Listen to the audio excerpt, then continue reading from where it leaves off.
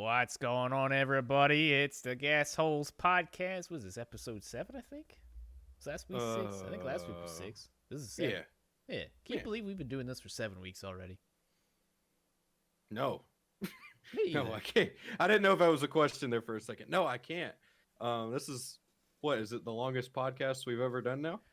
I mean, I guess. How many did Jack Bolt make it? Not this many. Well, there you I go. don't think. Yeah, I guess so. Well, there you have it. Yeah, all right. 7 weeks strong. Thanks for listening, everybody. We appreciate you. Yeah, the last one went over pretty well, despite the God the damn, y'all have low standards.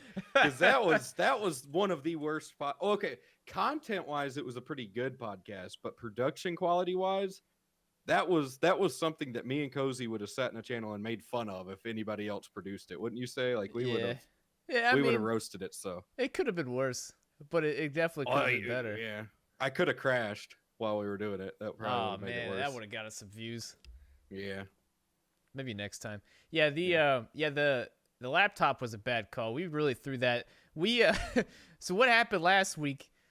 That fucking that car crash happened, and I went up and I spent time, figuring everything out there. And it was late, and I had to wake up early in the morning to drive down, and we were like, fuck it, we'll just do it when I get down there on Saturday. And we after we had sat around and made an outline, and then I forget which one of us said it, and it was like just the greatest idea ever, and I don't know why we didn't think of it sooner, that we could just do it in person at my house. And that didn't pan out either. It didn't pan out. I don't even know what the hell happened. We both sat down in the living room and got to watching Twitch streams, and I think I had fallen asleep at one point and woke back up, and we just kind of reached a consensus that it turned on the happening. chainsaw. Yeah, woke up all the neighbors and everybody. No, it was just, I was tired. I think we got Waffle House that night, and I got food in my gullet, and I just, it wasn't a good idea. So anyways, that all happened, and we're like, all right, we woke up the next morning, we were going to the track, and I had brought my laptop, which is a pretty old laptop at this point. I can't remember the last time I turned it on, but we set that up. We had this Yeti in the middle that was flopping over for a while.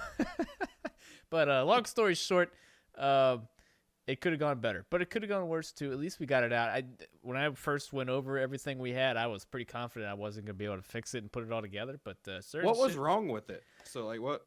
I don't know. Well, the biggest thing was that the audio on the on it was it does that Yeti thing, and I don't understand why Yetis do this, but they record our voices like a couple octaves lower. And okay, that's what happened. Yeah. So I figured out a way to edit it back up normally. I think our voices were still just a hair lower than normal, but you couldn't really tell too much. But luckily, we ended up just using the GoPro audio for most of it, and then the GoPro just fucking over. I've used that GoPro many times at racetracks. It was very hot, and it has gotten very hot before, but it has never got that hot where it just was like, yeah, I'm done working here.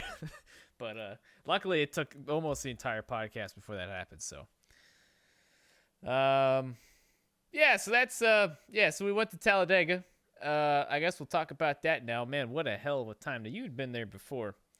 I had. Well, kinda. Yeah, I'd been there. My dad did the Dale Jarrett racing experience or whatever the fuck it was called there, and then I had also I'd seen the track, and then I went to a truck race there a couple of years ago. But that was my first Cup event, and I don't know, man. Something about the Cup cars there is just different. It was really cool. I enjoyed it. That was the that truck race that you went to. That was the one where Jennifer Jo Corncob made an ass of herself, right? Yeah, she was in like the backstretch wreck on the last lap, wrecked coming to the line, and then pulled out in front of somebody getting back going and got T-boned. Nobody had footage of it. And then Robbie actually tweeted out like the NASCAR, because NASCAR has all those extra cameras, around the track or whatever. Mm-hmm. And he somehow got his hands on that and tweeted it out. I remember that. But it was that was one of the, I've seen a lot of bizarre things at the racetrack, but that right there probably takes the cake. Because it was so dangerous too, because it was really bad. Like when it happened, I was like, good God, like it looked like she got hit in the door and she didn't, luckily. But I don't know what she was thinking.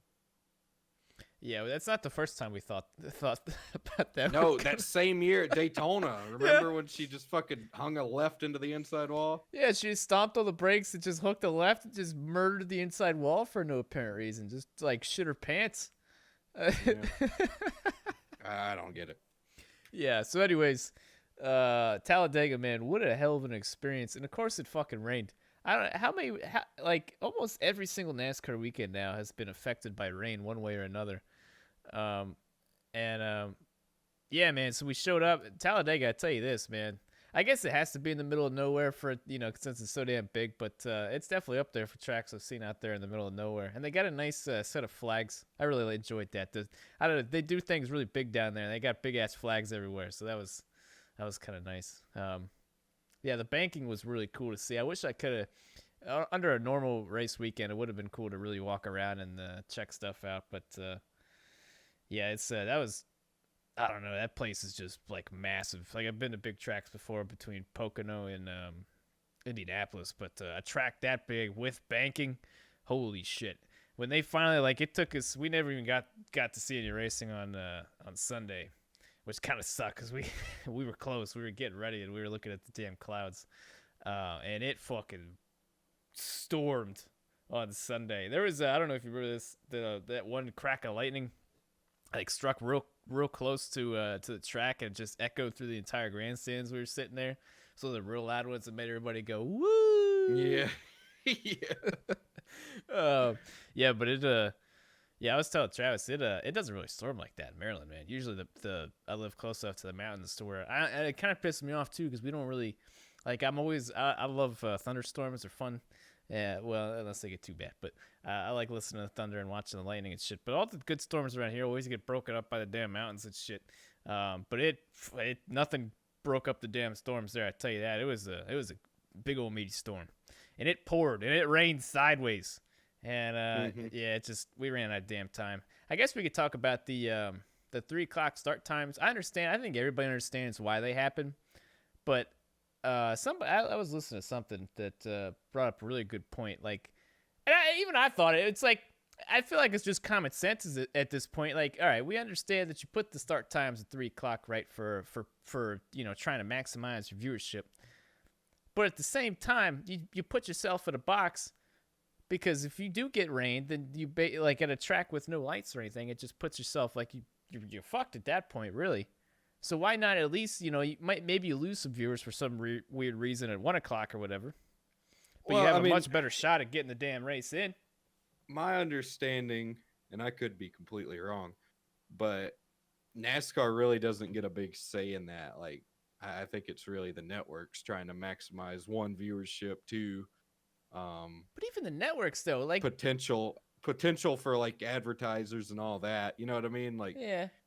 Because a rain out, I guess it's kind of a gamble, but the payout is way worse or way better than the potential loss, I guess, with a rain out.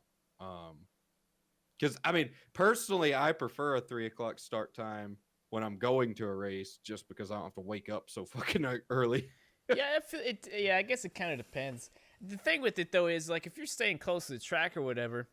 I don't know. You get to the track and you get to sometimes I'm back and forth because I agree with you. You don't have to wake up as early, but at the same time, if you're close to the track and you go, and then you just end up you want to get a good parking spot or whatever, you sit there at the track, waiting for the damn race to start all damn day while you're baking and just sitting there in the damn sun.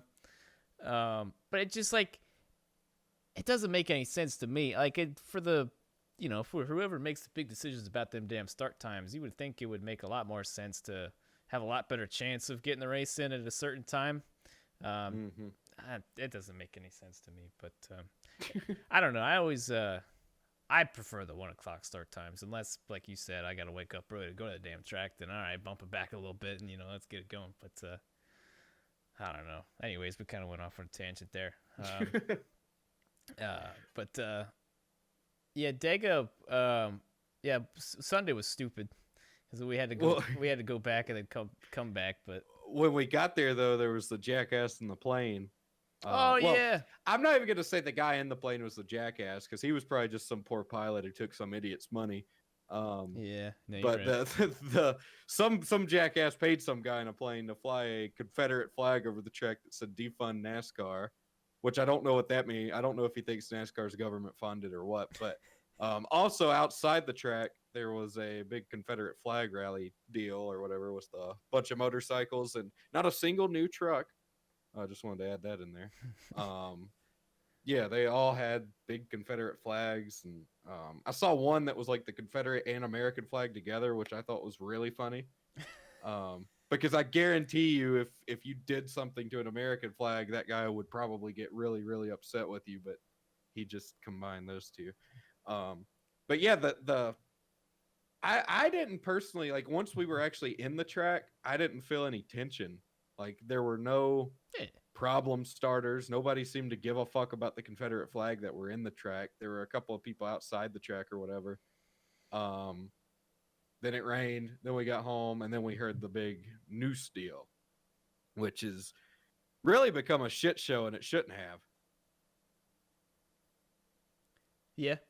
Yeah, I didn't know if you were gonna No, I kind of segue went. into that one. I kind of went brain dead there for a minute. I was listening. Okay. And I was just thinking about my experience, and I got caught up in my own memories there. Oh yeah, but really, I don't recall anybody inside the track really, like, even having shirts or anything that had anything to do with the Confederate flag. Well, I was gonna say that. Well, there was only 5,000 people there, or less than that, probably. Yeah, I mean, I'm sure it would have been different, but like, still, 5,000 people, most of which were already season ticket holders. You know what I mean? Like, Yeah. it wasn't like I don't know. I expected there to be people walking around in shirts and shit. You know what I mean? Or people Yeah. yelling shit. I did. I'd like to think most people would have, pretty cool. You know what I mean? Like, most people are. I don't. I live in the South. I know how this shit works. When you mess with that flag, people get all bent out of shape. I do want to mention though, that opening vlog clip of the plane flying around the Confederate flag and whatever it said. There's somebody who commented on the vlog video and said that I know you guys were just joking, but never say shoot down the plane. You never know who's watching. I don't give a fuck. I know the FBI probably took that very seriously, but yeah, I'm sure. Yeah, they were already in Dega, so they could have swept me up after right. they. Did you know they sent 15 motherfuckers down there? 15. Oh, baby. 15. And it's like, I guess we'll talk about this a little more in depth. So we get home, and fuck, what did we? Oh yeah, we get home, and I'm scrolling through Twitter. We had Steak and Shake, did we? That was. Oh.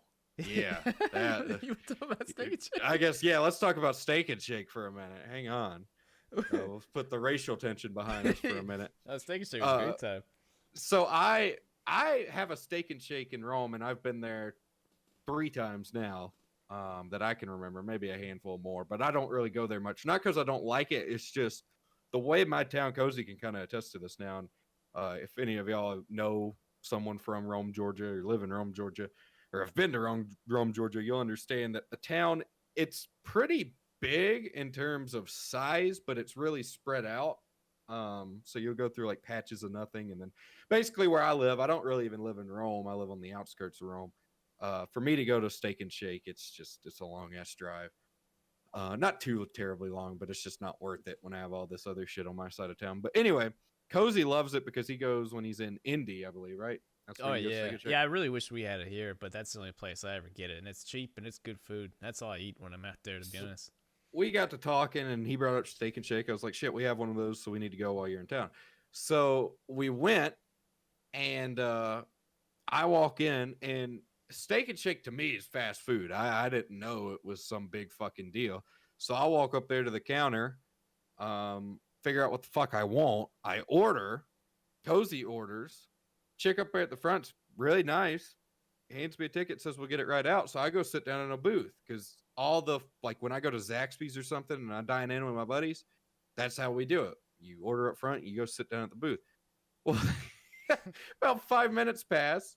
And by this point, the lady who took our order up front had already brought us our milkshakes and everything. And she was cool. This waitress comes walking up and she's like, oh, somebody get y'all's drinks already. And I was like, yeah. because obviously I'm drinking something.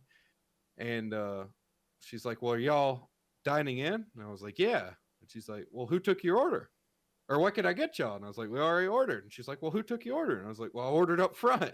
She goes, but you're dining in. I said, yeah, I reckon. And then she just walked away. So and then Cozy finally makes it known to me that I was supposed to, I don't know how the fuck I was supposed to, how the fuck was I supposed to be seated? Was I just supposed to walk in and sit down, or what the fuck I was supposed to do? I don't know. You walk in, they're like, they they give you menus and they take you to your seat. But nobody was up there. The thing was closed. They had that big plexiglass because everybody's still scared of this fucking COVID shit down here. And nobody was there, so I walked up to where I did see somebody, and she didn't tell me otherwise. Well, I mean, all right. I mean, it worked out in the end, but we walked up there, and I was like, you started ordering. I was like, hey, what are we doing here? We dining in, or we carrying out? Because I knew how it worked because I'd been to Steak and Shake before, but no, her face was like. I mean, I don't give a fuck how they do it, really. I mean, I got my food, and that's all I care. I ordered second, and I took my menu with. Jeez, that reminds me. I paid with my card at the little thing, and it said, what the hell did it say? It was like order or approved or whatever. And I sat there staring at it for about. I'm so embarrassed about this. I sat there. It had to be at least 35 seconds. So I just sat there, and my brain just died. And I just sat there and sat there and sat there and sat there and sat there. And finally it dawned on me. I read the words in front of me. I was like, oh, jeez, I'm sorry. Because she was looking at me the whole damn time. I thought it was just like lagging or some shit. And so I finally get done that. I'm embarrassed. And I go over there and I'm like, Jesus Christ, Travis, you picked out the worst fucking booth ever. It had fucking dried ketchup and shit all over the damn fucking table. But there weren't many that were open. I had my Tits shirt on, so there were kids on the other side. I didn't want to go sit because I forgot I was wearing a Tits shirt because I was expecting go to Talladega, and if we eat after Talladega, I figure we'd eat near Talladega. So like basic all standards would be out the window at that point. I didn't expect to come back to my fucking hometown in my community and walk in somewhere wearing a Tits shirt. So I was trying to sit over near where there were more adult people. It was a disaster from the start. That one lady was pissed because she was in the drive-thru, whatever. They didn't give her an order or whatever. I don't know what the hell she was upset about, but she made it a big deal. I don't know if you remember that. I don't know. She came over there. What happened? That one lady, she came over there waddling with her fucking kid up to the front where we ordered, and she was like, I don't know what. She was pissed because like there was some other. She was saying there's the same color car as me, and they got their food before me, and I was just I don't know. I just I didn't get my order, and everybody else is getting theirs, and I'm just I'm outraged. Yeah, probably because she ordered way more food. And then when they finally were getting her food, she was like, never mind, I want a refund. She was just being a bitch. She was a big old girl, ridiculous. Too. She needed some Steak and Shake. Jesus Christ. It was ridiculous or whatever we heard. It was ridiculous. Oh, ridiculous. That's what we heard. Fuck, what else happened? Something else good happened. I don't remember what. At Steak and Shake? No, something else happened in our time here. I don't know what. Anyway, we got the hell out of Steak and Shake. We came home. Then we're sitting in the living room. I'm scrolling through Twitter, and I see Jeff Gluck or Bob Pockris, one of those guys. They tweet out the thing that there had been a noose found in Bubba's garage. And immediately, I think both of us almost didn't want to believe it. You know what I mean? Like we wanted to be like, okay, this has got to be a mix up. This is I was zooming in, making sure that the handle. Oh, I didn't want to be slurred on this or whatever the fake Adam Stern. I was like, no, okay, this is real. And then what really threw me for a loop was the fact that the garage is so restricted right now that I was like, okay, I was convinced at the time it had to be like a team guy from one of the teams. That was the conclusion we came to first, very quickly. I mean, then at the time, Twitter changed my mind more towards a track worker. But still, I was like, how could you be that fucking stupid? And I saw a lot of people apologizing for jumping the gun and shitting on the deniers. I'm not going to do that because we were all going off the facts that NASCAR gave us. When NASCAR words it the way they do, and I think they had good intentions. I was a little mad at first. I was like, they're just trying to do this to look good or whatever, you know, and they don't care about the facts. They're just trying to cover their own asses in this situation. But I looking back on it, they were really proactive. I just think that they could have been a little more responsible in their statement and just said that they're investigating something in the garage rather than come out like that, because we wouldn't be dealing with this big media shitstorm that we are now, and Bubba wouldn't be going through half the shit he's going through now. Yeah. Because they really failed Bubba. Because you got to know, as NASCAR, how most of your fan base is. And I think that they set him up for failure trying to cover their own asses. Can I get something off my chest first? Sure. I'm just when that initially first happened and everybody was on the same page, like me and Chaz were sitting there watching fucking people eat shit and fall off of bicycles and stuff. We were watching a bunch of fail videos and stuff. Yeah. And then it was just that we got that news and we were talking about it, and we were scrolling through Twitter, obviously looking at everybody else's reactions. There is nothing more I cannot stand is when something like that happens to somebody. And it's a bad, bad thing. At the time, it was a bad, bad thing. And then everybody else on social media has to make it about themselves and has to cash in for their likes and their retweets and their impressions. There is nothing I can't stand. Oh, guys, I'm crying. I can't sleep, guys. Guys, you know what? I just can't do this. I'm so upset. And we're tweeting all through the night because, you know, I'm just so upset. And it's all about me. White people, by the way. White people. Once again, white people strike again. I can't like, we get it. You like get one tweet. We stand with Bubba. That's great. But after that, man, I can't do this. Oh, I'm crying. I'm about to throw. Fuck yourself. Fuck yourself. Take all your likes and retweets and go shove them up your ass. All right? We get it. Mm-hmm. For fuck's sake. All right, moving ahead. Yeah, I mean, I don't have a problem with people actually. Sorry, I'm dealing with something within tits. I'm dealing with something. Anyway, I don't care when people tweet about it. Like, some people vent. Like, hell, I use Twitter to vent half the time. So like I'll tweet a bunch of shit about a lot of current events or whatever. But yeah, man, it's it's cringy. Two, it's scummy. Mm-hmm. Because a lot of these, I made a video the other night. I clickbaited the fuck out of a lot of people. But I'm just sick of people doing shit only for the impressions. Same thing with the Jacoby deal. A lot of these people, the pizza boy deal is what I like to call it. People don't. This fucking whack job's been a whack job for years, and people just care now because it's the cool thing to do. You know what I mean? It's low-hanging fruit. Fuck him. Fuck his baby mama. Fuck her new boyfriend. Fuck them all. They're all white trash, and they're all wastes of breath. But, like, just to sit around and only talk about them and make videos about them, it's just fucking stupid, in my opinion. Yeah, well, but yeah, moving on. I was going to say, a lot of people... benefit of the doubt, a lot of people I don't think knew a damn thing about Jacoby or even knew who the hell he was. Obviously, we knew him. We've known him for years, or we've been around him for I years. haven't known him. I've known who he is. Yeah. And the thing that really pisses me off is all these people, now that the dude's finally having his mental breakdown, because he's never been right in the head. Everybody's just piling the fuck on. It's like, look, I was 14 years old when I found out who Jason Jacoby was. I saw him doing those peak challenge videos where he was trying to audition for a chance to race in NASCAR or something. At 14, I saw him and I knew he was a fucking loser. So I don't see what took everybody so fucking long. Like, I'm not surprised by anything at this point. You know what I mean? Would you like to give the listeners a brief just a history of Jason Jacoby and what he's been about the last couple of years? I don't even know if I want to. I don't even want to give it the time, because it's like, this is not, I don't want my name really associated with any of this, because it's a shitty situation all around. It's only going to end bad. So like, I don't like, if people want to find out about him, go do the research. There's a bunch of fucking idiots out there already doing videos about him anyway.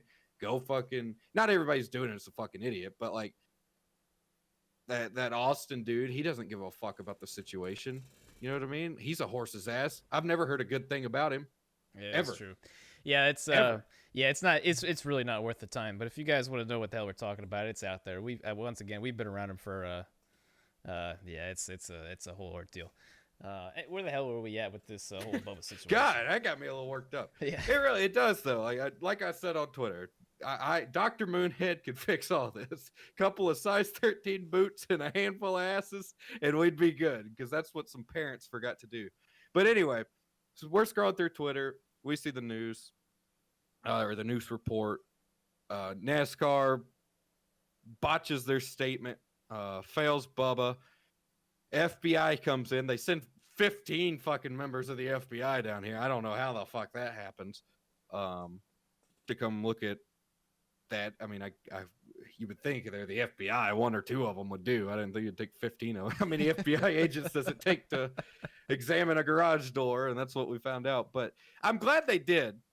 And what really pisses me off is after it comes out that it wasn't a news, or, well, I'm not going to say it wasn't a news. It was a news. After it came out, it wasn't a hate crime. People started blaming Bubba. Like, I get phone calls from a lot of people. I've got a lot of phone calls from a lot of people this week who don't watch NASCAR, but they're seeing this on the news, and they're like, the way it's being portrayed, they're like, why the fuck would Bubba Wallace fake having a noose in his garage? And people think that these are the garages they use every day. They think that these are, garages that Bubba lives in or something. Mm-hmm. Like, they don't understand that, one, this garage, correct me if I'm wrong, isn't it new? Isn't it like the new Big Bill France place or whatever? Well, yeah, we were talking about that in the stands. That's only been there since last year, the last I think fall race. so. I think they completed. I don't know where exactly the Cup cars were, but I would assume they were in there. It had been there in 2019, and people were like, well, if it was there in 2019, they're just now making a big deal about it. You had fucking Paul Menard in that garage stall last year. Nobody gives a fuck about Paul Menard. And second of all, it was a completely different racial climate. You know what I mean? Like, yeah. If considering the last couple of weeks. Exactly. And then after actually doing your research, if people would actually do their research, they'd see that a crew member found it or saw it, pointed it out to a crew chief. They then went through every garage stall there or whatever, found that theirs was the only one with it. So even before the picture came out, I was like, okay, I could see this. And it like in the back of my mind, I was like, maybe it was a really big fucking mistake, and everybody's just on edge. But then I see the picture and I'm like, dude, if I was walking through the garage and I only saw that garage having that and Bubba's car was parked in there, no doubt in my mind, I would have thought the same thing. Would you have not? You saw the picture, right? Yeah, I saw the picture. Like, I mean, that looked really fucking bad. And I'm glad nobody was dumb enough to actually do that. But it's like, to sit here and say, oh, it was a hoax. It was a publicity stunt. If it was, it didn't work, because it's only caused a fuck ton more problems. You know what I mean? It hasn't done anything good for NASCAR. Yeah, I mean, let's be honest here, everybody listen. We know why the hell they investigated it. And, it's just, and obviously everybody knows fucking Bubba had no part in it whatsoever, and it's a shame that he's gotten so much. So. Yeah, I know, but it's a damn shame that he's gotten so much shit for it, because people are just flat out stupid.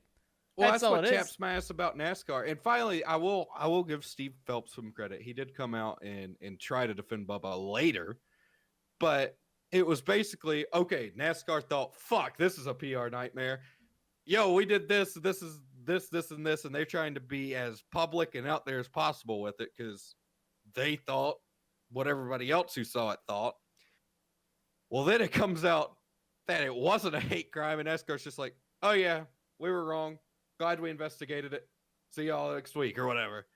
And then they just leave Bubba out there to dry. Bubba, who's got all these interviews scheduled, you know what I mean? It's like, he's going to be the target of all these fucking idiots, all these fucking news people. Because all the news people, you got Fox who want to shape him one way, and then you got the CNNs and all the others who want to shape him another way. And Bubba, man, I would not want to be Bubba right now, because Bubba's doing a hell of a job just being Bubba. You know what I I mean? feel bad I feel for like him, man. every interview he's done, he's just been himself. And he hasn't said anything radical. You know what I mean? He has not once brought politics into it. He's not once brought anything into it. He's just fighting for equality. I don't see how that could piss anybody off. I really don't. Yeah, I know. I can't wrap my mind around. That's what I was thinking. The whole Talladega pre-race show where everybody pushed the car to the front, and at the time everybody thought it was this this big crime with the deuce and everything, and like how could you get upset about that? Dude, that was so fucking cool. Like watching that in person, it was like the only thing I could compare it to, and it was a little different, but like thinking back to like when all the crews came out to congratulate Earnhardt, now it was a totally different circumstance, but still like that's the only that's the biggest show of unity I've seen since I've been alive in NASCAR. You know what I mean? Like I haven't seen there's been a couple of wins when a driver's retiring or whatever. A lot of people come congratulate him, but I've never seen literally everybody except Greg Galding, I think, who didn't get the memo, but he was trying to get down there. He got down there eventually. He was just late. We were sitting there in the grandstands, and everybody was pretty much all the way down to pit road. There's like crew guys coming out, gradually there at the end. And poor Greg Galding comes out with this big ass suitcase, and he's looking like left, right down pit road. It looked like he was like, "Where is everybody?" I don't think he was in that group text. Yeah, I think he was hung out to dry there, but he made it down there anyways. Yeah, he got down there eventually. I was like, man, wait until somebody snaps a picture of him standing down there, and that makes the headlines. But yeah, it was great. I don't know, man. It just pissed me off. Like I've said before, everybody has to be pissed off about something. Just like Corey LaJoy today, he had a Trump sticker on his car or whatever, and whether it was a paid deal or not a paid deal, I don't see why I wish my life was so perfect I could just get mad about shit like that. Really, if that's the only thing that can get under your skin, I envy you, because I don't get it. Like, just watch the fucking race. I blame Rona. I do too. I blame. You know what? I think it's caused so much shit just because all these people have been at home, and it's just changed. Basically, everybody, like over here now in the United States, it looks like everybody else fucking got over the Rona except for us, believe it or not. But they didn't make it political like we did. Fucking one way or another, here we fucking are. Anyways, everybody's just been fucking quarantined, and everybody's just gone fucking nuts, and now everybody's just fucking on edge and stupid. Yeah, I agree. I don't know, man. I think anybody, if it's your fucking race car, you should be able to put any fucking thing you want to on there, unless it's illegal or would get the network in trouble. I don't see the big deal. You know what I mean? Especially if they're paying. Yeah, I like what you said. Yeah, a small team like that, I don't give a shit what you think about, what they had on the damn car. I mean, if you're a fan of NASCAR, you guys support the underfunded teams. You should be happy they're taking their money. Hell yeah, give us. Dude, I don't support either candidate, but if somebody hit me up tonight and said, "Yo, you can come run Cup car next week if you run a fucking Biden or Trump car," I'd fucking be up there. I don't give a fuck. You know what I mean? It's not like what's me running that car gonna do? A race car's not really gonna change anybody's opinion. Yeah. I mean, so I don't see the big deal. I don't know. Like, it's just people having to be mad about something, and then you get the people who are like, well, what about the keep politics out of NASCAR? I don't think we should keep anything out of NASCAR. If it brings money, bring it in. I don't care what it is. If it brings money, bring it in. That's the biggest thing too. That especially the whole news situation over the dude. This is the first time I've just tried to stay away from social media as much as I can. Dude, people are just fucking crazy. They're going fucking crazy, and it's come on, everybody. I had some people mad at me, but dude, 9 times out of 10. In the NASCAR world, when somebody's coming at me and they're saying they're completely twisting my words, their fucking bios are full of fucking political hashtags or pronouns. It's like, usually it's either hashtag MAGA, hashtag this or that. They're pissed at me, or then somebody telling me that they're a dude or woman or whatever they want to be called. It's fine. I'm fine with it, but it's just a trend I'm noticing. I make those 2 types of accounts the maddest. Mm-hmm. And I haven't figured out why. I don't know. Why come after me? What am I doing? Yeah, we just need to chill out, man. like hopefully that we finally get over this whole Rona thing. Everybody's we start returning to more of a normal thing. We just like until then, man, just calm the fuck down. If you see something that maybe upsets you a little bit, you don't gotta tell everybody about it. Keep it to yourself, maybe. Go do something else productive. I can't say that because I am bad. I'll tweet about shit I probably shouldn't, but I don't know, man. I feel like some people, like, I like people tweeting their opinions, even if I don't agree with them. It's just some people, I notice a trend of them just having to be angry and offended about everything. Like, everything. You know what I mean? Yeah. The people who read too much into shit are the ones who make me the maddest. You know what I mean? Yeah. Like, if you just don't like something, tweet it. Even if you reply to me, you don't agree with what I said, that's fine. It's just these people who read way too into it, or read what you say, completely misunderstand it, and then just immediately get angry. Like, I had one of those about I had tweeted about NASCAR failing Bubba in this situation. And he's like, oh, what do you want them to do? Just have hate crimes happening in the garage and all this stuff? I'm like, dude, you're obviously not very smart. Go read my tweet again and read my other tweets in the thread, and you'll see what I'm saying. But people, I don't know. It was like that Humpty Dumpty guy I talked about that time. Because I had said something about the economy during the pandemic, and he said, this asshole wants to kill my fucking family. He tweeted me like 6 times saying that I wanted his kids to die or something. I'm like, what the fuck? Where'd you get that from? I'm tweeting, I don't want us all to starve to death. And you're... I'm telling y'all, man, if y'all just take a second, if you're gonna put together a tweet, just take a second, see how it looks. And if it's any, like, we don't need any more negativity out there, man. I'm telling you, man, I'm just sick of it. We need to fucking. Well, there's so much shit you could get mad at. There's so much shit, and people get so bent out of shape over political shit. It drives me insane. Like, really, man, if that's all you can get mad about, some asshole in Washington D.C. is not gonna dictate my life, like, at all. I don't care what they do, what they say. I don't care who it is. I'm still gonna do and say whatever the fuck I want. Like, I don't, it's not going to get me all bent out of shape. I used to be one of those people. I'd read something political and I'd just get livid. And then it hit me. I sat there because my lifetime, there's been 3 presidents, but really the Obama years and the Trump years are the only 2 I've really had like a grasp on politics. And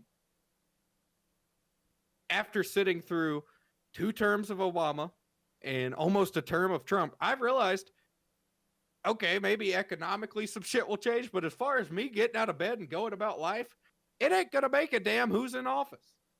If I want something, I'll go get it. I'm not going to sit around and blame all these people for my fucking problems. You know what I mean? I'm still going to do what the fuck I want. That's just the thing. Like, because I'm a big freedom guy, and then it hit me. I was like, well, freedom, I could have as much fucking freedom as I want. You know, I mean, some freedom might end with me locked up, but really, you could go have as much freedom as you want. I love God, I love freedom, and I love guns. Anything else, I don't give a fuck about. Hell yeah. Take a breath, big man. Yeah, really, man. It pisses me off. No, I agree with you. I mean, I don't know, man. It's just shitty times. Everybody just take a chill pill, man. Everybody sit back. Just, we'll get through it together. I believe. That brings us. And before somebody says, "Oh, Travis doesn't care about this because he only cares about God's guns and freedom or whatever." Yep. Just take. Guess you don't care about this anymore. No, really, man. Just really, my advice, especially for you younger folks, just enjoy life. Like, it's really dawned on me this year through the pandemic. It's opened my eyes that we have a set time on this earth, and then we're gonna die. And depending on what you believe after that, it's all up in the air. In some ways, literally. So you just live your life, man. Like, don't worry about, like, yeah, if you can do it without consuming yourself, get involved in politics. Try to be a part of change, all that stuff. But in my personal opinion, for me to be happy and for me to achieve what I want, I have to make that happen. Me sitting around, I could sit around all day. Man, I'm a fucking loser because of this, because of Trump. I'm a fucking loser because of Trump. And I've seen people on both sides do it because, dude, I lived in Georgia during the Obama years. Trust me, I've heard it on both sides. So I hear people, man, I could do this if it wasn't for Obama. Obama doesn't have a damn thing to do with it. Go outside and make it happen. Just enjoy your life, man. Just enjoy your fucking life. Make the most out of it because we're all going to die eventually. It is true. I believe that unless we have anything else to talk about the whole I need situation. to quit before I get myself in trouble. Yeah, I reckon. That brings us to the mailbag. Do we got any mailbag questions for us this week? Mailbag's a little light this week, but we did get 3. Yeah, let them know where you can send in mailbag questions. It's kind of a we had a short couple week. of weeks there where we had too many, and then people haven't sent as many yet. Go on. Oh, hold on. Oh man, what? It sounded like you're coughing something up. I was burping. AskMoonhead@gmail.com for your mailbag questions. Ask us anything or send your complaints. Yeah. Connor Grindstaff writes, if you had to fight one driver in the Cup Garage, who would it be? Kevin Harvick, probably. I want to fight Kevin Harvick because he's a pussy. If I had to fight, I could just pick one. I'd pick I would say the smallest guy, but typically I feel like Justin Allgaier would be like a spider monkey. You know what I mean? Like he'd be all up. He'd be quick. So I don't know. I'd say Kevin Harvick probably. Oh man, he makes me mad enough. I know I could win. Yeah, I mean I mean. The first guy that popped into my head was John Hunter Nemechek. He's got a punchable face, but I kind of like him. He's kind of stupid sometimes, but I don't know. I wouldn't if I had to pick somebody, I feel like I'd probably beat his ass maybe. I don't know. I don't really want to fight anybody though. You know. Well, yeah. I mean, I don't want to fight anybody. You know what I mean? But I'm just saying, for the sake of the question, if I had to pick one, it'd probably be Harvick. Yeah, I'm trying to think somebody. I don't know who's out there who's as tall or shorter than me, and that's kind of a small area there. If Kyle Larson comes back, I could probably beat his ass. He's about. I think he's like an inch shorter than I am. Yeah, I remember one time. I don't know why it made me think of this. Me and Corey LaJoie's brother got into it on iRacing one night. Pretty good. Corey LaJoie's brother? Yeah, Casey LaJoie. I didn't know he had a brother. Yeah, there's a reason. Oh. He wrecked me and then wrecked me under caution after he wrecked me.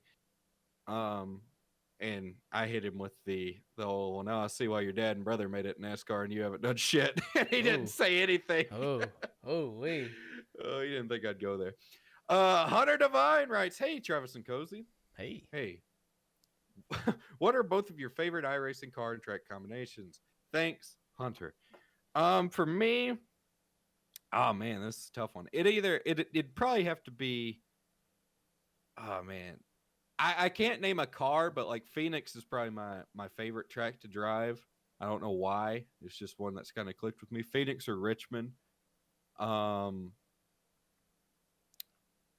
I B car or truck probably would be for either of those. And I also really enjoy racing the street stock and the super late model. I don't know why I like them. I used to hate the super late model, but pretty much either of them on any short track I like.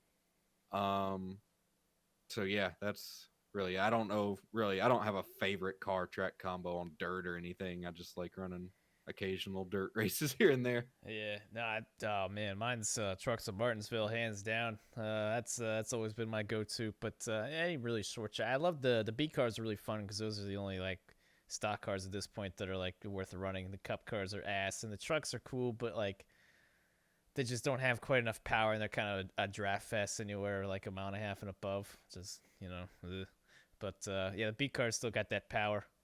But yeah, any short tracks, man. Martinsville, Richmond.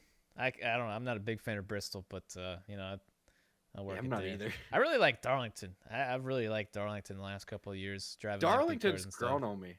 Yeah. I'm looking forward to that in Barstool. I think I can do good there. I don't know. I turned a lot of laps there for some league at one point, and I've liked it ever since. Justin Basanti writes, "Hey Travis, why are you so horny for Alessia Cara? Love Justin Basanti." Okay, here's the thing, man. I'm not. Honestly, I didn't really even know who she was. I had heard a couple of her songs, but I just like I saw her and I was like, "Oh damn, she's kind of hot." So I shot my shot on Twitter. I said hey to her. That's it. I just said hey to her. And everybody was like, "Why are you so horny? Why are you a simp?" I said hey. She didn't get back to me, unfortunately. I hate that fucking term. Simp.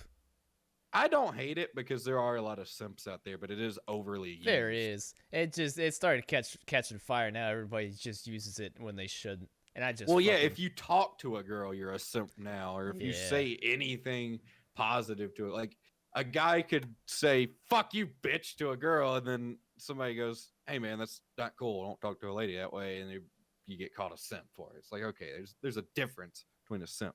I picture a simp, those little skinny guys who beat off to Twitch streamers. You know what I mean? Like not a damn just a dude talking to a chick or even defending a chick. You know what I mean? Yeah, it's been pissing me off lately on fucking Twitter or whatever, man. 9 chances out of 10, if you use that term, you're a schmuck. Anyways. I like your use of schmuck lately. Yeah, it's a good word. It really is. I think it's really come into play the last couple of months. Like, schmucks have risen to the top. Like, lately in the last couple of weeks, man. A lot of fucking schmucks out there, let me tell you. Yeah. Anyways. Well, that concludes the mailbag. That's it. We could check out some comments. We had a handful of comments from the most recent Gas Holes episode. Gas Holes on location. Yeah, the FAA has been notified by one of the guys in the comments about my credible threat. Green Eggs and Cam writes that he was the guy I roasted because he was like he emailed in last week and he was like, "What the hell, dude? Fucking motherfucking this, and the Gas Holes logo doesn't hit the corner." And I roasted him because it does hit the corner if he paid a fucking attention. And he wrote in, "All right, Cozy roasted the hell out of me, so I'll hold the L this one single time. I blame my TV for not cooperating with YouTube's video dimensions." Well, there you have it, ladies and gentlemen. Yes, the Gas Holes logo does hit the corner. I always said it once, to happen once, but it's obviously, if you don't pay attention for the full 2 hours on YouTube, you might miss it. But, hey, always pay attention now. You never know. It's very satisfying when it does. What the hell else do we got? Damn, I had to scroll a little bit. What the hell we got? There's something else I wanted to read. Oh, yeah, there's one that I found funny. Where the hell was it at? Yeah, somebody said they do need to decrease the range of the lightning clock thing. If lightning hits you from 8 miles away, you did something really dumb. I thought that was well, funny. that's not what it means, though. Yeah, it's not what it means, but I thought it was funny.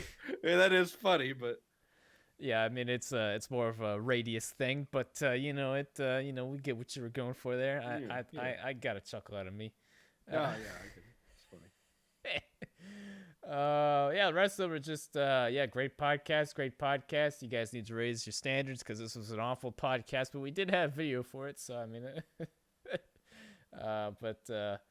I think that's really concludes Cozy's comments here this week. All right. Moving on. Oh boy. We had man. We had Pocono today. I was not very invested in it, so I'll let you do the race recap because you probably paid more attention than I did. I mean, you could just skip to the StarCom part because we both watched that. Well, overall the race was just Pocono. The one thing I did find was pretty entertaining. The draft. There was a lot of draft, and there was a lot of sucking action. I thought that was that was the one redeeming quality that Pocono had. Down the straightaways, but StarCom didn't make it very far, and this will open up our StarCom breakdown of the week here. Well, I guess we'll have one for the next Pocono race next week podcast. All right, so it kind of sucks now every time Quinn is involved with anything, whether it's him trying to pit in his box and he gets hit from behind to wrecking. I get tweeted and it's always a fun time. All right, so here's the deal. All right, so first off, we'll talk about the incident. Before that, I thought was running really well. First go at Pocono, I believe, in the Cup cars. and he started 32nd. He was running 32nd. I think Poole was the only guy who passed him. He's got a hell of a lot more experience than he does, and he came up there. And he was running really well.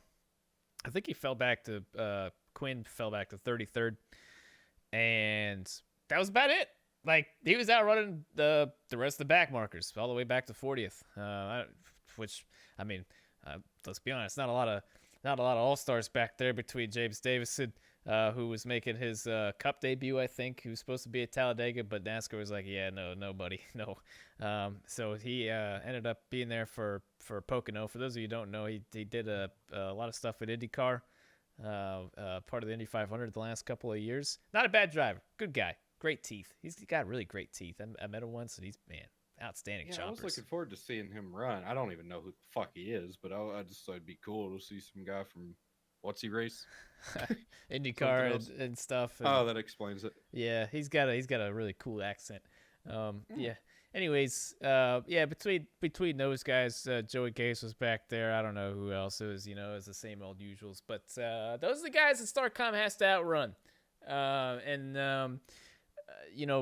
Last year they were flirting with Bubba because he was struggling a lot last year and having those like late. Wait, what did that guy run today? Yeah. Oh, where'd he run? In the back. Shouldn't that have been a bigger deal? Well, no, because he was with Spire. I mean, what do you want? Well, yeah, but like I figured they'd acknowledge that some guy from another series was making a start in the Cup Series. Well, he said he didn't pay very much attention, so what the hell do you know? Well, you're not acting like they did either. Well, I didn't pay much attention either. Oh, okay. Well, you didn't say that you didn't, so maybe they did, but I didn't hear. They probably did on the starting grid. Oh, James Davison. I would hope that. Could you imagine if NBC was covering that race? They would have had a picture-in-picture of him the whole race. You think? Yeah, they eat stuff like that up. He's not really that big of a deal, though, in all honesty. Well, I know, but NBC would have made it. But half the shit NBC talks about isn't a big deal, but they make it a big deal. If I'm a playoff guy, I'm going to be thinking about James Davison out there because, you got to get every spot you can get. Like they would have just somehow found a way to wrap it into that. Well, hey, get excited because guess who's covering the Brickyard weekend for NASCAR this coming weekend? It's NBC. That's right. Wait, we're going to the Brickyard? Yeah, that's next weekend. God fucking damn it, man. I can't catch a break. Oh, just when you get excited for the Brickyard. That's right. We go to Kentucky. Woo. Oh. But then we go to Bristol for the All-Star race, so we can get a little break in the action. But anyways, where I was at, so StarCom, they were like flirting with that, like, the like 30th, 29th, 28th position last year with Landon. And obviously Quinn, not a lot of experience to bring him in this year. So obviously, and on top of that, no practice, no qualifying, none of that shit. So he's had a rough go at it this year. But in terms of crashing the car, because that was one of the things I got tweeted at a lot. Quinn crashes every week. No, he fucking doesn't. Pay the fucking. See, every time anything ever gets involved now with Quinn, it's got that bad. It's just everybody's always on him now because Landon was in the car. He got booted out of the car to put Quinn in. So now anything ever happens, it's a negative on Quinn. So anyways, he was trying to pass to, I think it was JJ Yaley or whatever, and the thing got sucked around on him and he wrecked in the tunnel turn. Now going back to the crashes he's had this year, he's only had two other ones. One in the Daytona 500 where he tried making a move and pulling out in front of Almirola and he got his shit dumped. Bad move is what it is. 500. Okay. The only other crash he has had this season was at Phoenix because he blew his engine and dropped oil all over his fucking tires and then he crashed on top of it. That's the only other time he has crashed. He got dumped at Martinsville and didn't hit anything. That's it. So fuck out of here with the Quinn, wrecks every damn week because he doesn't. So you can't get on him for that. Performance-wise, he's had his ups and downs. Who knows where the hell he would have finished at Pocono, but I think that was one of the leading factors, honestly, as to why he wrecked. Because he was running really well. I was listening to the audio, and he was like, yeah, I mean, the car's pretty good. He was having a little bit of handling, but it seemed like everything was like, usually they're dragging a damn splitter or something, or the car's way too far off the ground. But it seemed like they were pretty good with the setup, and it seemed like it was pretty good. And he was running well. And I think he just rookie mistake. He just got in a little bit over his head, and he tried making the move that he probably could have waited on, and he just, he wrecked. It happens. But again, if it was anybody else in the field, let me tell you, oh, brother. It's funny, too, because later in the race, fucking Bilicki, who was it? Screwed Jimmy Johnson because he was pulling out of his pit stall. And Jimmy Johnson had to miss his pit stall because, they just did one of those things where they came together. And I guarantee you, Bilicki did not get the same treatment that Quinn Houff did at Homestead. I'm going to tell you that right now. He didn't get the same fucking treatment. It was the same fucking thing. Two cars. The only thing that was different is that Logano got damage out of it. But who likes Joey Logano anyways? Y'all should have been praising him. Quinn needs to start showing some personality on Twitter. I think that would solve a lot of this. You know what I mean? He's on TikTok. Check out his TikTok. See, I like him, and I don't have a problem with Quinn. And now I'm starting to join the bandwagon just because he's on TikTok. Yeah, I mean, I don't know. I mean, who gives a shit about him on Twitter? You know what I mean? I guess exactly. He needs to change that. TikTok. I mean, first of all, if you have TikTok, delete it for your own safety. Second of all, it's fucking stupid. He's trying to be he's trying to fit in. Do it on Twitter. I don't Twitter know. has a video option, and you're not limited in time. Really, you can do up to like 2 minutes on Twitter. All right, well, you know what he's getting at, but yeah, I think no, it's just it's just the same fucking landed dick rider as it usually is, and I get it, believe me, I do, but you gotta understand, we talk about this every fucking week. I don't know what the hell you want out of the guy. He has limited experience. The only thing you could maybe get on him for is that, okay, maybe he doesn't deserve the ride. That's the only thing. Landon got the boot for a reason. They put in Quinn. They wanted a young guy to build the team around. And that's what they're trying. Rookie mistakes. Today was a prime example of a rookie mistake. Now let's see what he does tomorrow. All right, maybe he'll eat shit again. Maybe. But maybe he won't. Maybe he'll go out there and get a top 30. Because those are the goals right now. Got to finish the race. I'm sure. If he doesn't learn from that, I don't. Maybe we can start worrying about him. But sucks that he tore up the car. But that was like, other than the Daytona 500, this entire season, that was the one time, the only other time he's just stepped on his dick and wrecked it. And that's not awful for having the majority of the season now being without practice and qualifying. Just literally just sending him out there. Good luck on a track he's never raced at.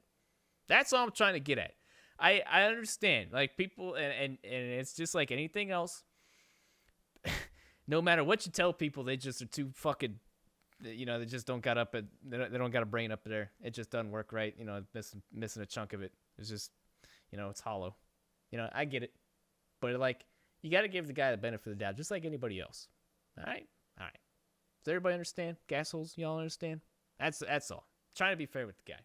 I'm a little bit biased. Obviously, I'm a bit biased, but I'm trying not to be. You got to give the guy the benefit of the doubt. I'm sure most people who have the same experience as him, you send him out there in a car, an underfunded team with zero practice and zero qualifying every single week on tracks they've never been to. I guarantee you probably wouldn't get much more. That's all I'm saying. We'll see what he does tomorrow. Anyways, other than that, the Pocono race was awful. I didn't think it was awful, but it wasn't great. I thought it was terrible. Well, here's the thing. It wasn't. It was just Pocono. I'm not gonna say it was awful, but if you compare Pocono to any other race, it's bad. I wouldn't be disappointed if Pocono never had another race again. I don't. Probably won't watch tomorrow. I'll probably do something else. I can't do it.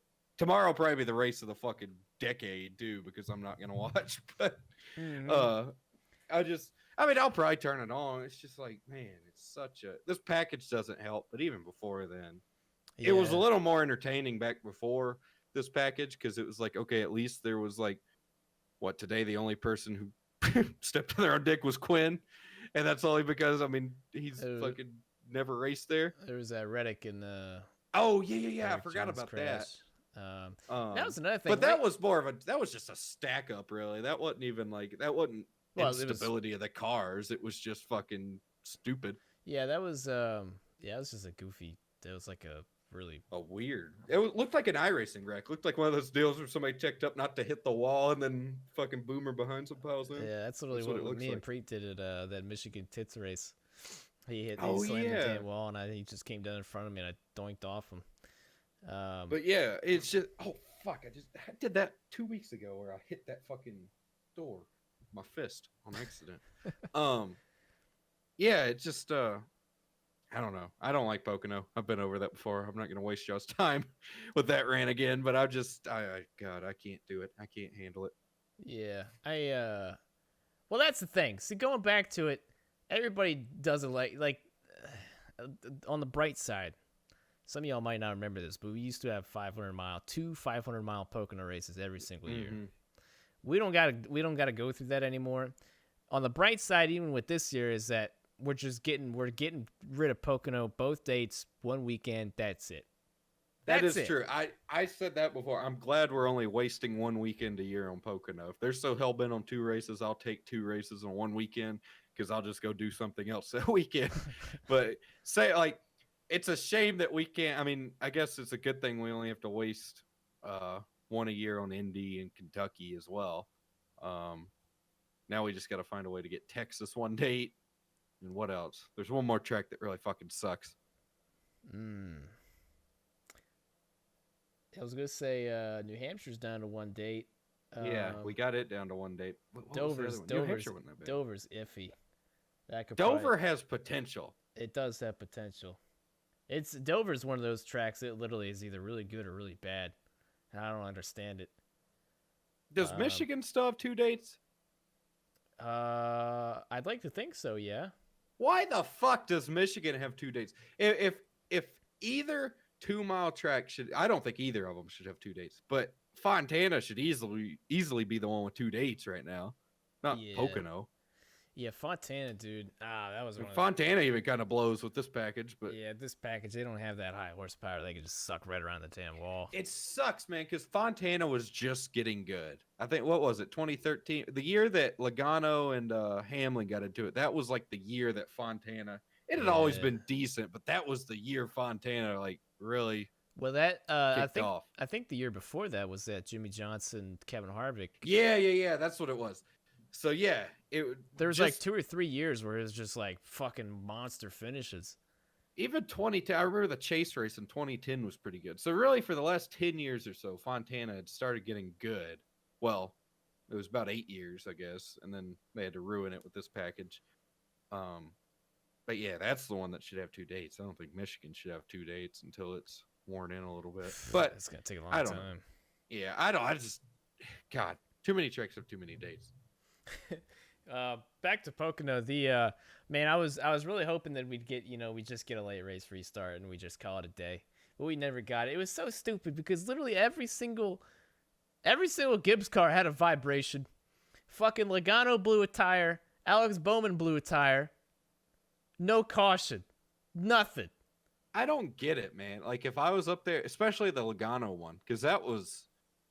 I'm sure if they looked hard enough, they could have found some sort of debris. I don't know why they didn't throw it. I was sitting over here, and I was like, come on, NASCAR. Come on. Hook us up, man. What the hell? And everybody said that most people who understand how this package works knew that Denny Hamlin was not going to be able to get around him. Well, he fucking got close, and he just went straight into the next corner because it fucking shoved. For fuck's sake. You even saw, like, what was it, a second and a half difference between Harvick and Denny Hamlin, and it went from that to, like, 0.4 of a second because Harvick a couple of lap cars just hurt him that much trying to get by him. And then he got up there and it was just went straight through the damn next corner. And then that was about it. It hurts in my heart. It really does. And I mean, I guess, I don't know if the traction compound even really helps. It seemed like they were running it a little bit, but I just can't wrap my head around that. Like, NASCAR will say, "Oh, we like what we're seeing," when they literally have to go put sticky shit on the track to try to get some sort of racing, and half the time even that doesn't work. Yeah, it just doesn't make any sense. Yeah, it really doesn't when you think about it like that. Yeah, I mean, at least we'll get it all. Man, we got a triple header tomorrow. Trucks at 9 a.m., Xfinity, and then Cup. It's gonna be a long day at Pocono. Get your booze ready, everybody. Anyways, Christopher Bell had a top 5 today. Good on him. He's kind of had a big poo-poo season. He finished 4th, which was kind of like he pulled that one out of his ass. Michael McDowell finished 8th, which apparently was Front Row Racing's first ever back-to-back top 10s. I think. Oh yeah. I saw that on Twitter. They're doing good this year. Low key, man. They're actually doing really good. Yeah, they're getting better. Yeah, I think this is like I was talking about that back when NASCAR really started getting going again after the Rona. And we even joked about it. It was like front row, and then we looked at the driver roster, like, yeah. But fucking Hunter Nemechek and he's pulled some good finishes out of his ass. Michael McDowell won today, so good on him. I figured like those like think about though if they could be running like this with some of the guys they've had in the past in the car, like Busher or even David Reagan. David Reagan had some decent runs at some short tracks and stuff with them and won Dega. I wonder what they could do with some of those guys. I think John Hunter Nemechek, I think he's getting a little smarter, so maybe he'll be. Yeah, he had that incident today. He fucking overshot turn 3 and doinked off. Yeah. JJ. Yeah, he still has those moments, but it's just I don't know. He does have a lot of talent. He's just not very, very smart with it. He's learned some racecraft. Yeah. God. Anyways, yeah, there was Matt Benedetto was 3rd there for a minute. I don't know what the hell he did. I don't even think TV acknowledged it. He hit pit road and he just was like way behind. I don't know what the hell happened to him, but where the hell did James Davison finished 34th. He tweeted after the race saying like, "Wow, I can't believe the discrepancy of the fast cars and the slow cars." he just got thrown into it. Poor guy. Yeah, he finished 34th, 5 laps down, and Logano was back there too. He'd had big problems. BJ McLeod. He transmission broke on that car. Feels bad, man. There's somebody else I want to talk about, but I don't know who the hell it was. But yeah, I mean, there you have it. There's Pocono. Hope you stayed awake through the entire thing. Now for Sunday, they invert the whole damn field. Now I wish they did. They only invert the top 20, which is kind of they should just fuck it. Let's invert the whole fucking field.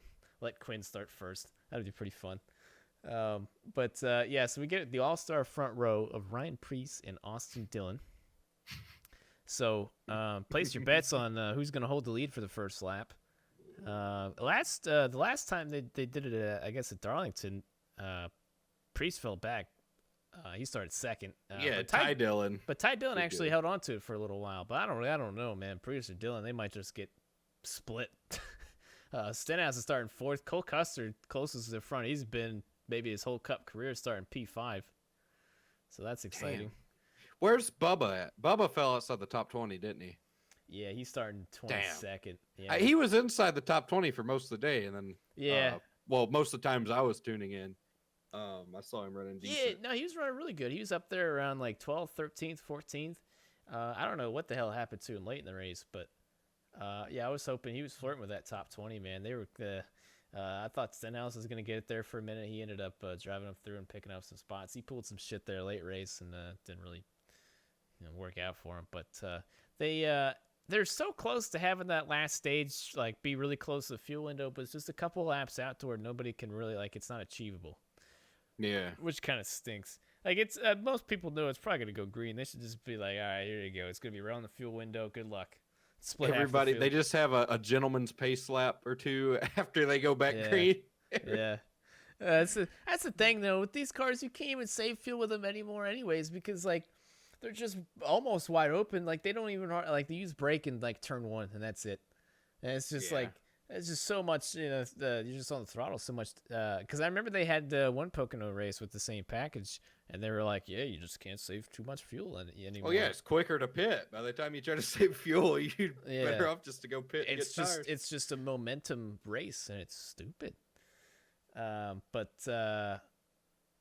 really about that, I do believe. We'll see James Davison again tomorrow, see what he's got. Apparently, J.J. Yeley's going to a backup car, I think, so he'll be out back. All right.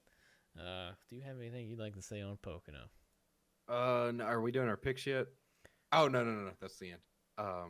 So no, I don't. All right. On to the next one. What we got? Oh yeah, we were just gonna touch on the Doctor Disrespect deal, and a little bit more has actually come out on that tonight. So for those of you, if you've been living under a rock, Doctor Disrespect, he is one of, if not the biggest. I would say he's the biggest, but he is by far one of the biggest Twitch streamers out there right now.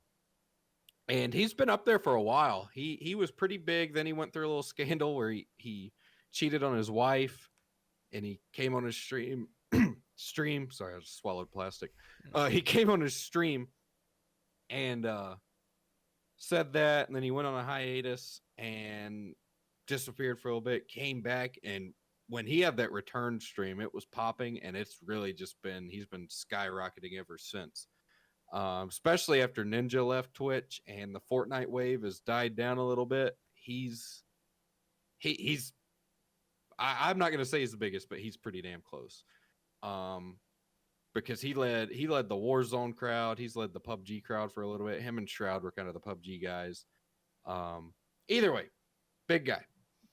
Well, the other day he ended his stream, and he was kind of acting really weird at the end of his stream. Looking back at it, there's videos going around the last 8 minutes of his stream, and it almost looks like at one point he looks down at his phone and his whole mood changes, and he starts acting really weird. He starts talking about conspiracy theories and David Icke,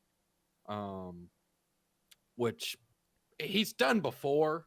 He's talked about this stuff before, but he just started behaving really weird, almost like he was stalling. And then right at the end of the stream, he just said fuck and ended it kind of abruptly. Later that day, his Twitch channel just disappeared. He lost his Discord partnership. He disappeared on a sponsor site. Twitch came out and said he was permanently banned, but nobody is giving a reason why. And there's esports reporters who have connections, like credible sources, who are saying they know why, but it's too big. Like they're not going to say anything. So it's leading to a lot of speculation. And I don't know, like, have you ever seen anything like this? Like it's one of the biggest internet mysteries I've seen in a while. Well, so far, I mean, yeah, it makes you wonder because I mean, obviously, I about live under a rock, and I knew who the hell he was. Yeah, for the platform just to, to ban him like that, like what the fuck? Well, keep in mind he's one of the guys who has been signed. He's more than just a Twitch partner. He's been signed by Twitch. He's making more money than most people. Twitch wants him on their platform, and other people want him on their platform. He was a target when Ninja went to Mixer. Ninja wasn't the only one getting offers. I don't know if Doc was one of them, but he's a trying to think of the right word. He's a I don't know what to say. He's a first round pick. I guess we'll just say that. Top prospect. He's a big deal. He's a big fucking deal. And for them to delete him and refund all of his subs for this month, that's where it gets kind of odd. Because they wouldn't do that if this wasn't for real. Like he's not coming back. There's been a couple of theories going around, and these have come from 4chan. Both of these. I'm not on 4chan because I don't want to be. So take it for what it's worth. Basically, I'm not going to read all of these. One of these, supposedly somebody from Twitch has leaked that back when he cheated on his wife at that TwitchCon, he sexually assaulted someone, and basically him coming out saying he cheated on his wife with another chick was kind of a cover-up for that situation, and he had threatened the woman or whatever, and that basically is coming out now. I don't want to say I don't believe it, but the reason I have a problem believing this one is because I feel like we'd know more about it. I don't think if the way he was acting at the end of his stream, he knew something was up. And if he was getting raided or something like that, one, there'd probably be legal documentation already. And two, I don't think she'd go to Twitch and all these people to give him a heads up yet and give him and his lawyers time to, build all this defense up or whatever. So I mean, I don't know. Maybe that's it, but I feel like it would have already been public knowledge by now. Even if there wasn't a legal aspect, it would have been public knowledge. They'd want everybody knowing. The other theory, and I don't know if I believe this one either, but the other theory is that somebody at Twitch leaked that Doc, Shroud, and Ninja were in talks on launching a new streaming platform. They were approached by Spotify under Google in order to sign contracts and launch in the coming weeks on Spotify's soon-to-be-announced streaming service.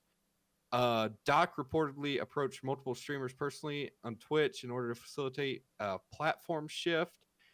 Twitch reportedly found out when a streamer close to him tipped them off. As a result, Twitch's legal team completely terminated his contract. Is currently filing legal motions for civil suits. Both Doc, Twitch, Spotify are currently undergoing mediation.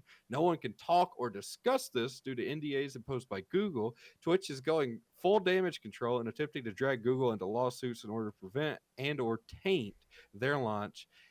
These will all be filed on Monday. That one's a little weird too because Doc just signed a deal with Twitch. So I don't know how, if that's the case, how he's expecting to get out of that deal legally. But that one's interesting because I've been saying lately that if Ninja doesn't go to YouTube, I could see Ninja starting his own deal or going with something new coming up. Because I've thought for a long time, I'm really surprised that Netflix and Hulu haven't kind of dabbled in the gaming thing. You know what I mean? Like, it'd be a little different, but like I could see where they would get a gamer to be on there exclusively. It would change. I don't know what streamer would want to do that. It'd have to be a big money deal probably to get one because they'd be losing a lot of that sub revenue and I guess they could still get some ad revenue, but donations and all that. But I'm surprised that Hulu and them haven't. Netflix, Hulu, all of them have not tried to get into that lane. I don't know. I think at least Netflix are probably doing just fine. What they're doing right now. I don't know. I know, but there's so much money to be made out there, man. Like, there's so much money. I'm surprised that, and there's so much money for a streamer to make out there. I'm surprised somebody like Ninja or somebody hasn't done that. Like, I'm just surprised. I'm surprised. Do they need to do it? No, but I could see them doing it and making some serious money.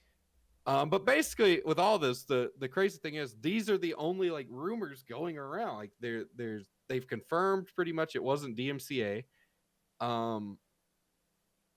And Twitch has just been silent. And tonight, Doc broke his silence and said that he doesn't know. He has not been given a specific reason as to why he was banned. And that is scary. That is really scary because that's making me believe it was something he said and Twitch is just trying to silence him or something. You know what I mean? Like that's weird because he talks conspiracies and shit at times. And it's just weird to me that they haven't given him a reason. Well, like, what did he just log in one day and it was like, sorry, you're banned?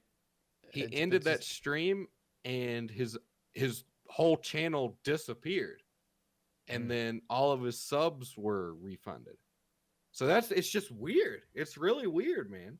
So it's like the rumors going around. It's either a lawsuit, a criminal deal, or even if it's not criminal, he's been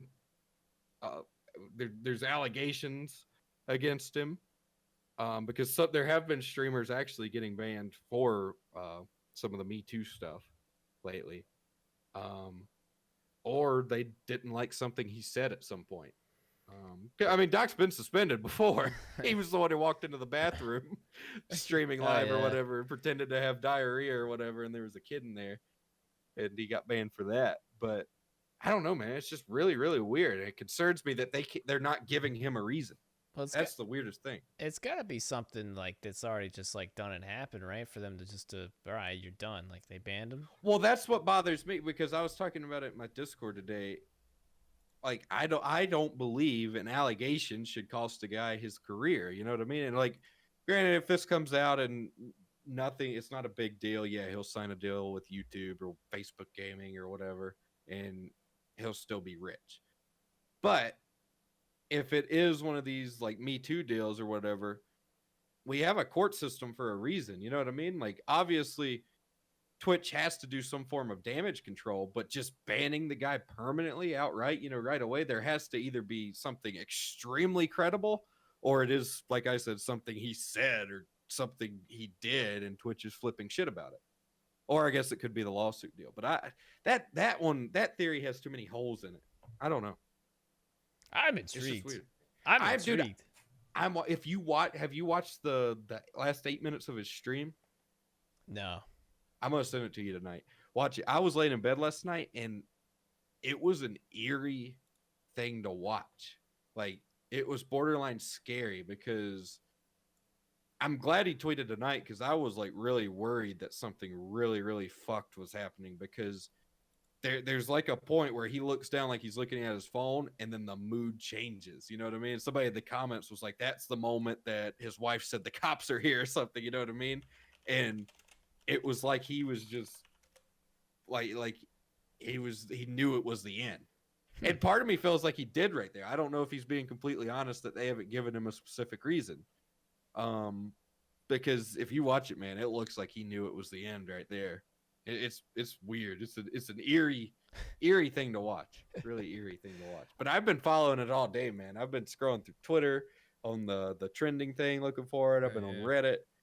Because I'm just waiting on it. And once again, the weird thing is, all these big esports reporters and the people who have sources say they know, but they won't say what it is because it's major. Somebody said he's done altogether on everything, but they won't say why. So it's like either all these people are doing it for the clout, or there's something big happening. I'm telling you, man, I'm a sucker for a good conspiracy. And, Me too. You have to keep me updated, because I don't really keep track of all that shit. But I guess I'll probably, if something big comes out, then I'll hear about it, I guess. But yeah, that's weird to have a huge platform like that, to, and a big streamer like that, one of the top guys, just to fucking delete him, just be like, and not even tell a guy. Like, what?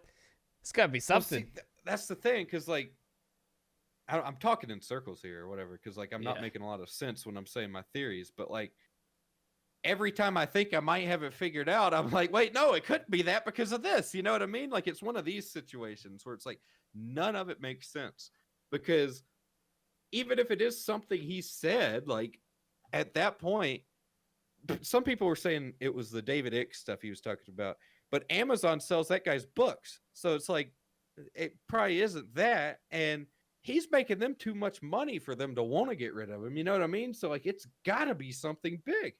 It's gotta be. Mm-hmm. Yeah, no. Like Twitch doesn't not like the guy. He makes them too much money. They wouldn't have signed him to this big deal if that wasn't the case. I'm sure we'll probably hear something about it tomorrow. And the complete silence from everybody. You know what I mean? Like, I don't know. It's got to be big. I feel like, because Keemstar said he didn't even know or whatever. He was trying to find out. But Slayer, he's a big esports reporter. He knows everything. And he said he knew it. He wouldn't put it out because it was a big deal.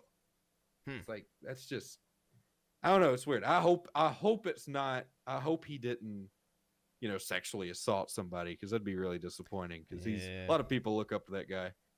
I'm hoping maybe it's the lawsuit, or maybe tax evasion or something. I don't know. Maybe it's not legal, because people did all the searches, and I even did a little bit of searching. I couldn't find any. Granted, when you type in his legal name, it still just pops up Dr. Disrespect stuff. But people who are way better at digging than me, they searched the where he lives, like the police records and shit, and there's nobody with his last name. One guy did Guy Beam, and then they were like, well, his first name's not Guy, it's I forget what it is. I think it's Herschel or something. So they searched that. Then they just searched his last name, and then he came back later and said, oh yeah, I forgot. And he put first name Doctor, last name Disrespect, and he's like, oh nope, no records for him either. But yeah, I don't know. It's weird. It is really, really weird. It's not very often something like this happens and nobody can really have a definite answer. You know what I mean? Yeah. No. It's. Oh no, I'm intrigued. And it's a big deal. You know, it's also a big deal. Tomorrow's Pocono race. Oh yeah. I guess we should do picks. How long have we been going? Good Lord. We're approaching an hour and a half. Oh, okay. Damn, we went way longer than I thought we would. I guess my pick. Do I only have to pick for one race? Yeah. Man, I'm gonna go with the safe, easy pick. I'm gonna go with Hamlin. Yeah, it's a good pick. That's he was like, I was picking Gibbs cars. Somebody was asking me about it on my stream the other night, and when in doubt, pick a Gibbs car. But yeah, Hamlin. I mean, he almost had it today. If it wasn't for the package, he would have won today probably, because he looked a lot faster till he got in the air bubble. Yeah. Oh man, yeah. Harvick was really. It's all the fast guys are pretty much in the back now, so it'll be interesting to see who gets there first. The thing with it though is, it wasn't even really a speed thing today. It was just more of like a strategy gamble kind of. Like that's when you know the package is so wonky, man. I mean, the tires don't wear too much at Pocono anyways, but man, just the two tires and, you know, teams only taking left sides and shit like that, man. Oof. Just trying to get track position. Eric Almirola had the they had the Bill approach, trying to get him points instead of a win. He probably could have won the damn race if they played it a little bit different, but they went after the stage points and they got him. He won a stage, but you know, at what cost? He still finished third though, so I mean, I guess it's not too bad, but yeah, that's the thing, man. Almirola pretty much dominated today's race, and I knew there was one way or another he was going to lose it, because that's what he just does apparently. And they gave him 4 damn tires, and Harvick came out with 2, and he came out 6 seconds in front, and that was it. Let's see here. I'm gonna pick. I'll pick Kevin Harvick again. I think he'll deflate everybody's boners on the weekend, and he'll just sweep. And then that'll be that.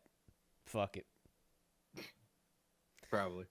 That'll probably happen. Yeah, I don't know. Hopefully it's I don't know. I'd like to see maybe a late race restart. It'll probably suck tomorrow, and then maybe we'll just get a late race restart, and everybody will forget about how bad the race sucked. But yeah, that's about gonna do us for today. We've got Indy coming up next week. I'm still going out there, even though we're not allowed into the damn track. So we're out to figure out how we're gonna do that podcast. We're gonna have to record it early. Like Thursday or something. I'm going to be leaving Friday morning. I can do a solo episode if I have to. Yeah, we'll figure it out one way or another. The Moonhead Report. I'll just sit and talk conspiracies all night. Yeah. Yeah, so I'm going to be leaving Friday morning. I'm going to be at IRP. If any of y'all gas holes there, look for the dude with the short guy. StarCom stuff. We got Arc at IRP, so that's going to be fun. I'll talk about that when the next podcast after that. I think we're actually there's a dirt race going on somewhere. Brady told me about, so we might be there as well. But yeah, we get a little bit of racing out there. It sucks. I can't believe, and everybody was like, yeah, it's, you know, politics, this and that. But still, at the end of the day, man, I can't believe we went to Dega and we had all that shit, and we made it happen with fans. We're gonna have 30,000 fans at Bristol, but we can't pack any fans whatsoever into Indianapolis for IndyCar or NASCAR. That's just, it blows my mind. It blows my mind. I just don't understand it. And I don't even care at this point. It's like, fuck, man. You should at least let people go if they want to go and risk it. You know what I mean? I'm not trying to start a whole fucking Rona thing, but it just pisses me off, man.